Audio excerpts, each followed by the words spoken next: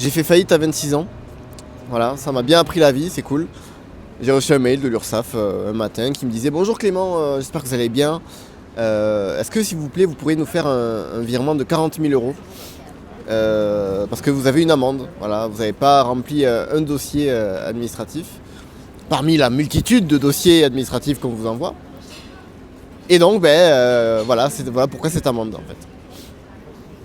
Et du coup, qu'est-ce qui s'est passé quand j'ai reçu ce mail? Bon, après avoir pleuré toutes les larmes de mon corps, je me suis dit, bon, je vais devoir licencier ma salariée, premièrement. Et puis ensuite, je vais devoir très certainement liquider l'entreprise parce que je ne pourrai plus continuer comme ça. Et c'est ce qui s'est passé, donc j'ai dû licencier, je lui ai envoyé un message sur WhatsApp à Lisa et pour lui dire que c'était terminé. J'espère que tu vas bien, je te fais ce petit vocal pour te donner quelques nouvelles. Alors, je vais pas passer par quatre chemins, c'est pas des bonnes nouvelles que j'ai à t'annoncer. Voilà, je te le dis clairement, je vais pas être trop brusque, je vais essayer de mettre un peu les formes, mais il faut que j'aille à l'essentiel parce que voilà. Déjà, tu l'entends, je pense, à mon énergie, c'est pas le top quoi. Je suis pas au top de ma forme quoi. Alors que pour que moi j'aille mal, c'est que vraiment, voilà, il se passe des trucs quoi. Bref, j'ai reçu une amende de l'URSSAF. Voilà, je crois qu'on avait parlé un peu que ça pouvait arriver. Une grosse amende de l'URSSAF à cause du fait que, alors, je vais pas rentrer dans les détails parce que tu sais que l'administratif et moi ça fait 30 000. Mais je les ai eu au téléphone et voilà, ils m'ont dit que c'était comme ça. Ce que je veux te dire, c'est que j'en ai marre en fait. Voilà, je te le dis honnêtement, j'en ai pas marre de Grand 8. La mission, elle est toujours là, tu sais à quel point je tiens à ça, à ce projet-là.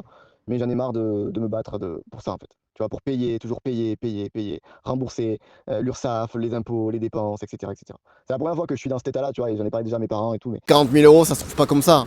Moi, j'avais une entreprise qui faisait parfois même pas 1000 euros par mois, parfois, de bénéfices. T'imagines ou pas?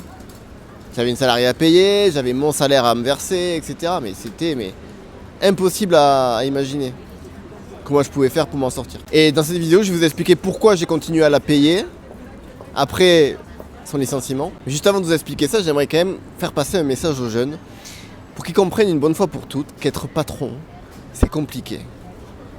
C'est vraiment compliqué. Le portefeuille d'un patron, c'est un distributeur automatique de billets. C'est bon? Je suis pas là en train de vous dire qu'il faut pardonner tout ce que vous ont fait les patrons, etc. Il y a des patrons, c'est des gros connards. Mais il faut aussi comprendre, parce que quand vous vous dites « Ouais, mais Clément, mon patron, il me paye pas assez, oh là là, il veut que je travaille beaucoup, de faire encore plus que ce que je fais, encore plus d'heures, etc. » Alors si c'est dans l'illégalité, là, faut se plaindre, ok. Mais comprenez aussi ce que je vous dis. Vous ne vous imaginez pas la difficulté, l'énergie physique et mentale que c'est d'être patron en France en 2026. C'est très compliqué. On a peur tout le temps, on est tout le temps stressé, il faut qu'on bosse à chaque fois, on compte plus nos heures, etc. Et on a un salaire qui parfois, des résultats financiers qui parfois ne suivent même pas tous nos efforts. Donc c'est pour ça que je vous dis pas de changer totalement d'état d'esprit ou quoi, de croyance, mais juste équilibrer un peu les choses, quoi. Comprenez aussi quand les patrons sont en difficulté. Ça, c'était la première chose que je voulais vous dire. Ce qui était compliqué dans le licenciement de Lisa, c'est que en fait, elle venait de déménager, elle avait pour projet de déménager et tout, elle faisait les papiers et tout. Et là, bam, elle se retrouve sans aucun salaire, quoi, tu vois. Et donc moi, je lui dis, ok, je vais faire le quoi qu'il en coûte de Macron.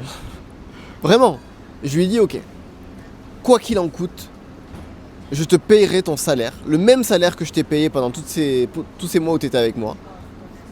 Je vais continuer à te le payer, même si tu n'es plus avec moi. Et je veux pas que tu bosses pour moi, je veux que toutes tes journées ce soit recherche d'emploi. Et même moi, je vais t'aider à rechercher de l'emploi. J'ai contacté tout mon réseau, tout LinkedIn, tous les collectifs dans lesquels j'étais, les RH, etc. J'ai tout donné pour que Lisa trouve un travail et qu'elle ne se retrouve pas dans la merde, quoi. Et je vais vous dire pourquoi j'ai fait ça. C'est quand même bizarre, tu me dis, mais Clément, pourquoi t'as fait ça déjà que t'as 40 000 balles à payer, t'as une entreprise qui est au bord de la faillite, et toi tu fais ça. Mais je vais t'expliquer pourquoi. J'ai fait ça pour une seule et unique raison, j'ai fait ça pour lui rendre l'appareil. Lisa, ça a été la plus grande fierté de l'année 2025. Ça a été super, on a vécu des expériences formidables. Et surtout, ce que je voudrais dire, au-delà des bons souvenirs, ce qu'elle a apporté au projet.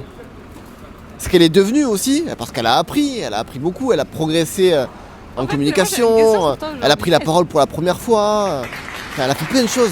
Elle a pris en compétence de fou. mais aussi ce qu'elle a apporté en termes de visibilité. J'en ai parlé dans mon ancienne vidéo, allez la voir. C'est grâce à elle notamment qu'on a été connu sur Toulouse, qu'on a été une réputation mais comme personne d'autre n'a eu sur Toulouse. Et donc je voulais lui rendre l'appareil. C'est vraiment pour lui dire ok, je reconnais ce travail que tu as fait pour moi, enfin pour le projet Grand 8, parce que c'était notre projet. Moi j'ai vraiment la vision, peut-être que vous ne serez pas d'accord avec moi, mais j'ai vraiment la vision qu'un salarié peut s'accaparer aussi le projet, l'entreprise. Pendant que Lisa était avec moi, c'était pas que mon entreprise à moi, c'était notre entreprise. Bref, ça c'est une parenthèse, vous serez peut-être pas forcément d'accord, mais je vous dis ce que j'en pense. Et avant de terminer cette vidéo et vous expliquer comment ça s'est terminé, est-ce que j'ai pu payer mes 40 000 € de dette, ou alors est-ce que je suis encore endetté, est-ce que les huissiers sont venus, est-ce que Lisa a fini par trouver quelque chose, au bout de combien de temps, etc. etc. Je voudrais quand même vous passer un deuxième message dans cette vidéo. Il faut arrêter de voir les patrons comme des méchants. Il y a des patrons en France qui sont de bonnes personnes. Je pense que j'ai été un bon patron.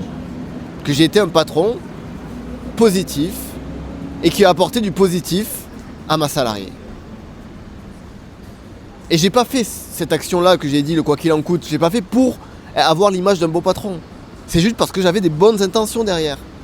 Et voilà, c'est ça que je veux dire. Il y a des patrons en France qui ont de bonnes intentions. Et je l'ai dit aussi dans la première vidéo, on ne résoudra rien dans le marché du travail dans les prochaines années. Personne ne sera heureux, ni salarié, ni du côté des salariés, ni du côté des entreprises, si on continue de se faire la guerre. Et si on continue du coup de penser que le camp adverse est le camp du mal. C'est ridicule.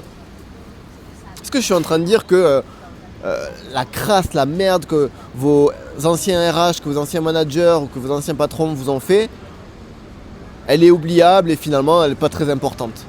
Non. Bien évidemment qu'il y a des connards, et je l'ai dit dans ma vidéo d'ailleurs.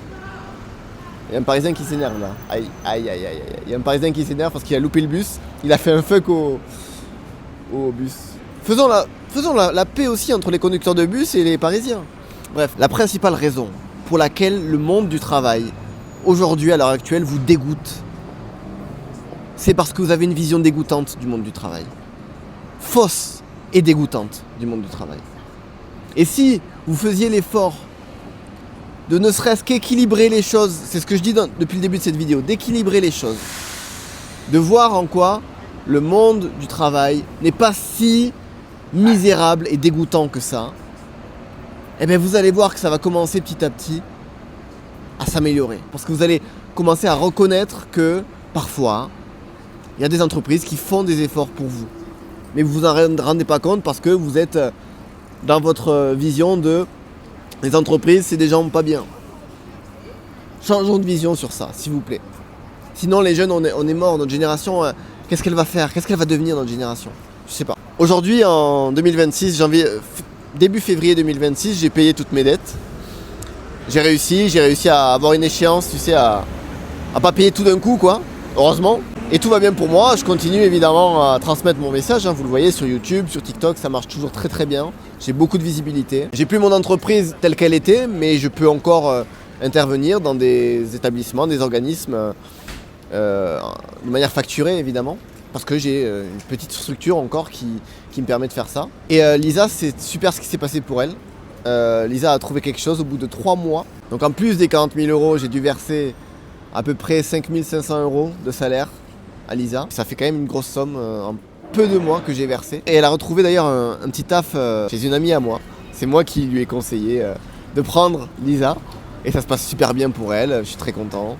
Et finalement tout est rentré dans l'ordre. Voilà ce que je voulais vous dire, voilà le message de cette vidéo. Apprenons à faire l'amour et pas la guerre entre nous. Présupposez de la sympathie des patrons, des managers et des RH. Si on continue à se faire la guerre juste parce que ça nous fait plaisir d'être haineux, d'avoir la haine envers ces personnes-là, certaines de ces personnes qui nous ont fait du mal, on leur fait du mal en retour, etc. D'être dans l'ego, tout ça, on va se prendre un mur dans la gueule, la Gen Z. On veut pas de ça.